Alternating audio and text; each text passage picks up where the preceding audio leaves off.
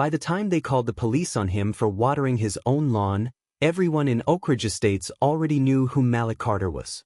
He was the young black tech billionaire who dared to buy the oldest, whitest mansion on the block. The house had its own legend.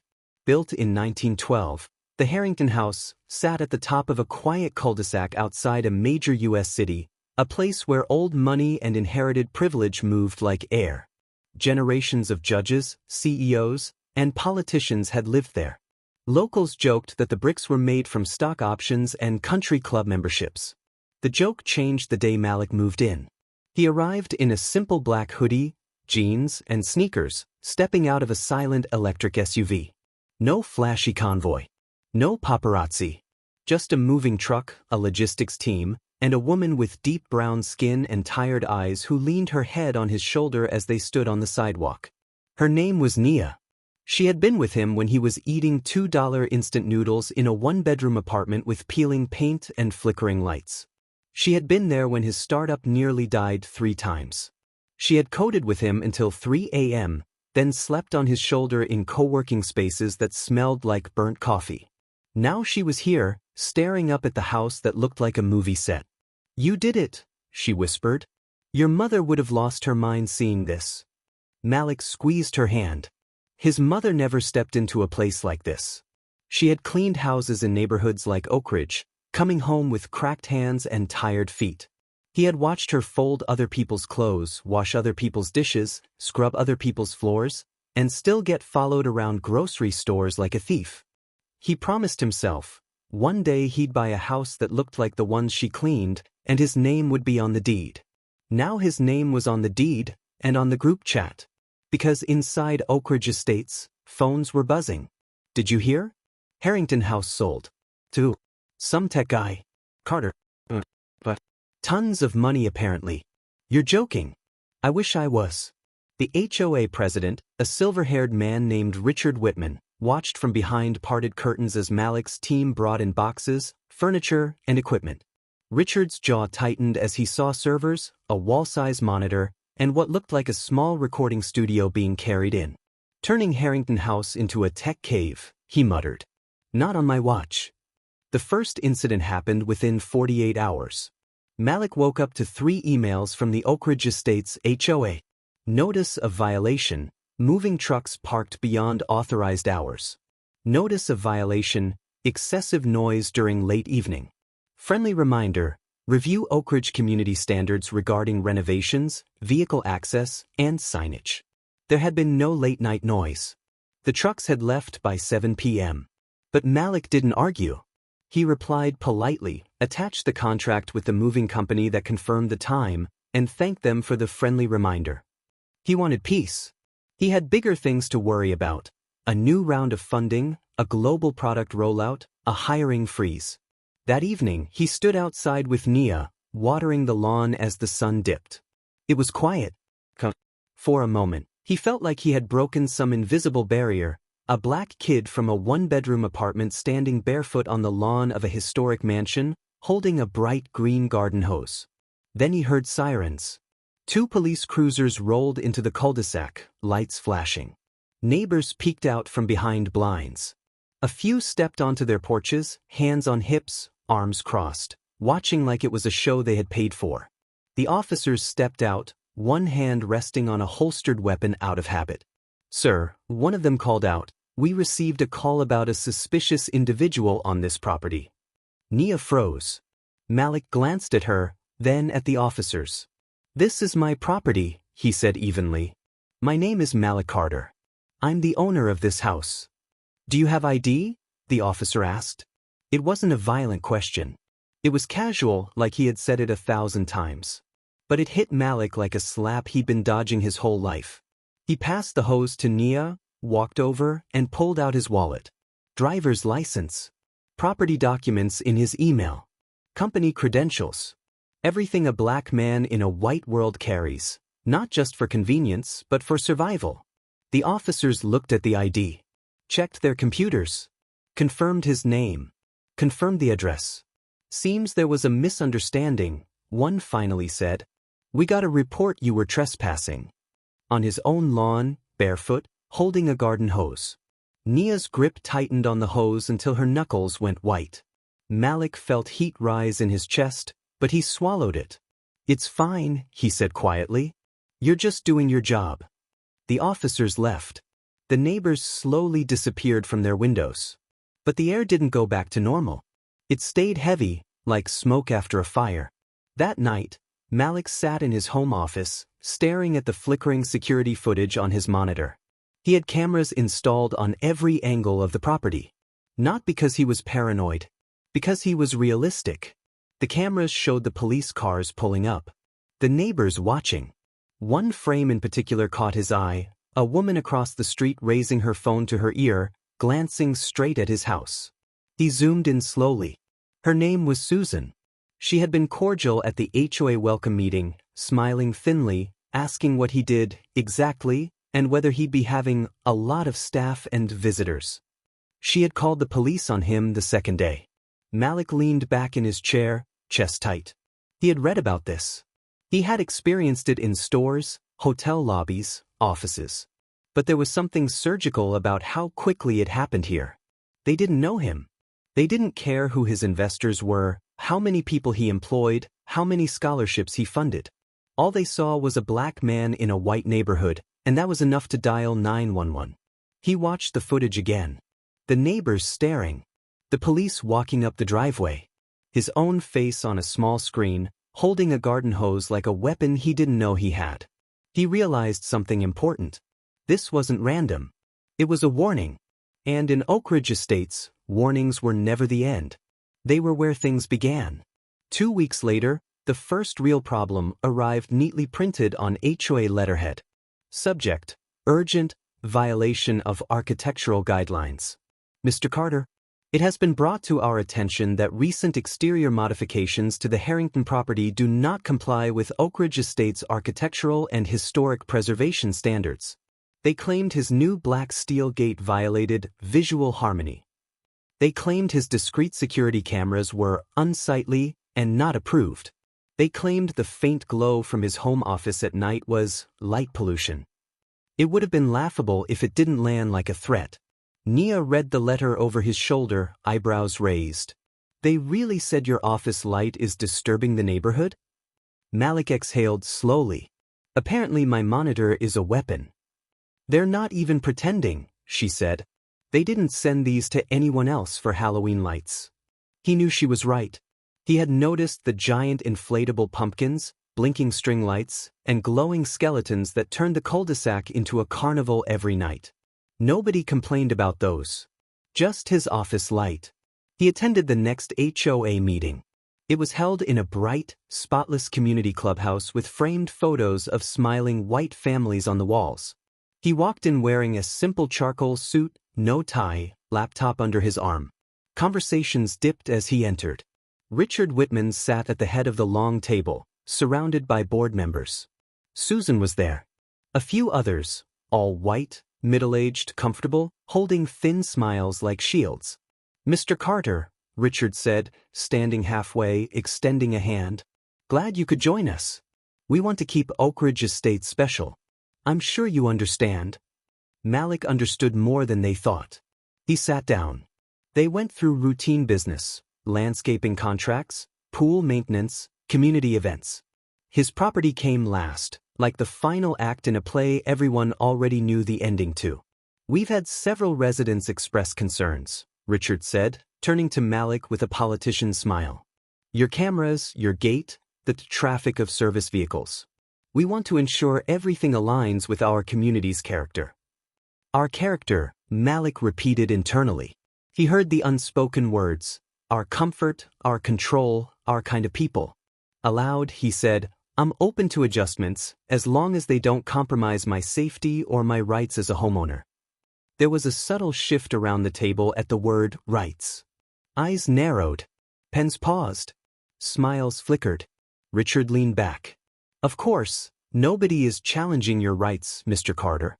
We're simply maintaining standards." The meeting adjourned. People left in clusters, murmuring. Malik walked out alone, laptop still under his arm. He had tried peace. He had shown up.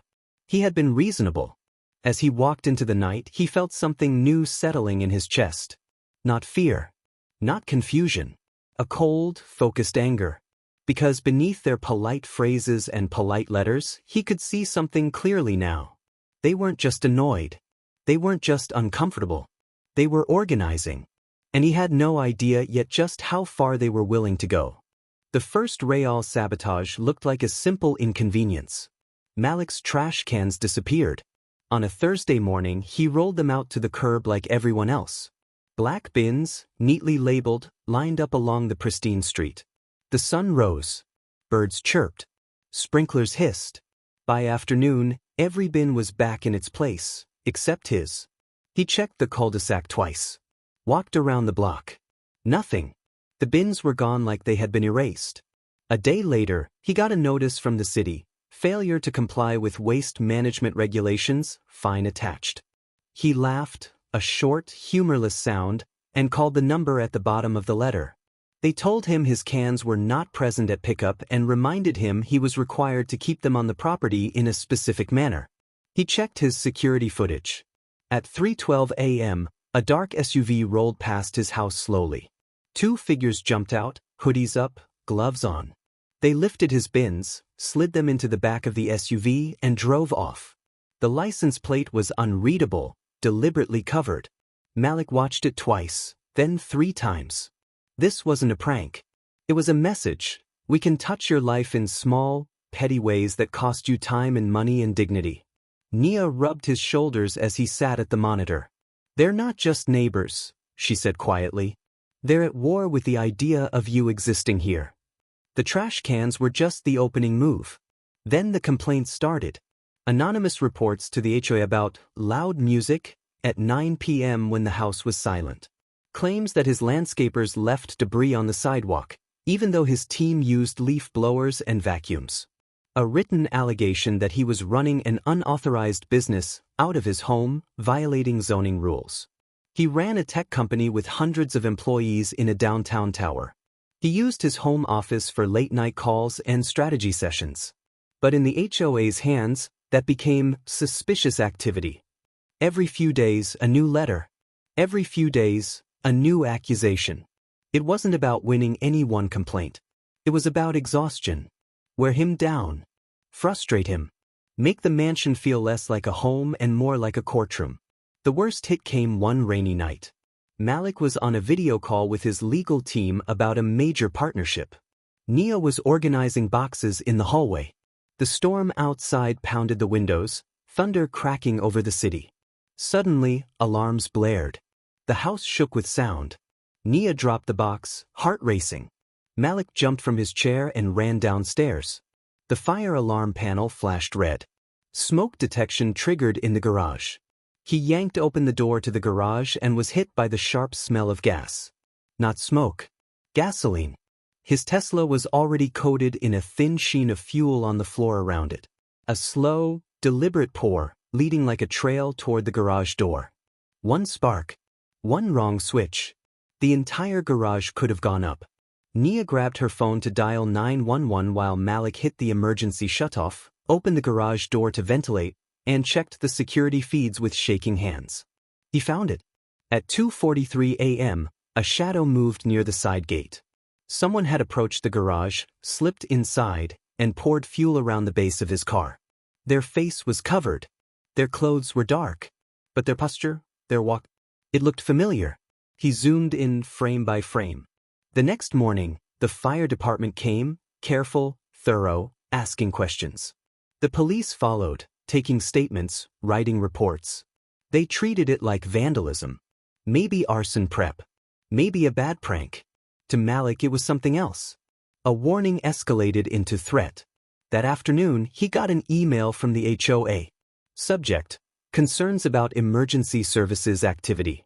Mr. Carter, several residents have expressed concern about the number of emergency vehicles present at your property late last night. For the peace and stability of our neighborhood, we request clarification regarding the nature of the incident. They were more disturbed by the fire trucks than the fact that someone had tried to burn his car. Malik stared at the email and felt something inside him harden into ice. He replied once, short and precise. There was an attempted act of vandalism on my property involving gasoline. I will be handling it with law enforcement and my lawyers. Kindly note this for your records. He hit send. Then he opened a private folder on his server labeled Oak Ridge Evidence. He dragged in the clips, the stolen trash cans, the late-night figures near his gate, the gasoline trail. He didn't know yet how big this folder would become. 3 streets over, in a cozy dining room filled with framed family photos and the smell of baked chicken, a different kind of meeting took place. Not officially HO. Not recorded in any minutes. A neighbors only gathering that had started in whispers and expanded as more people felt concerned. Richard sat at the head of the table, sleeves rolled up, jaw clenched.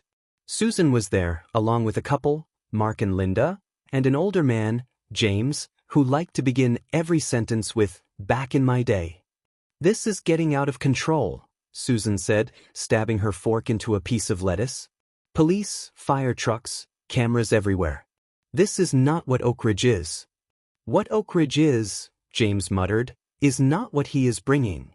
They spoke freely here. No careful words. No filters.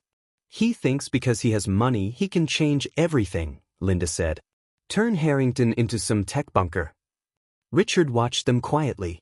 He had grown up believing Oak Ridge was different.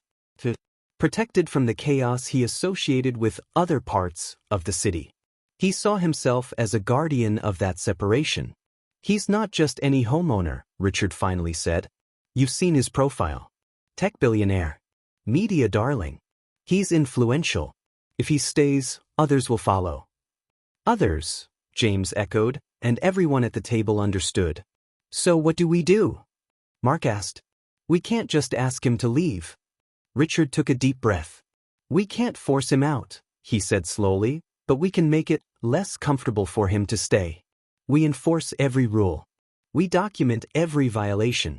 We compile complaints. We establish a record of disruption. If needed, we file for legal action to remove him for not adhering to community standards." "That's extreme," Linda said, but there was no objection in her eyes. "Just fear."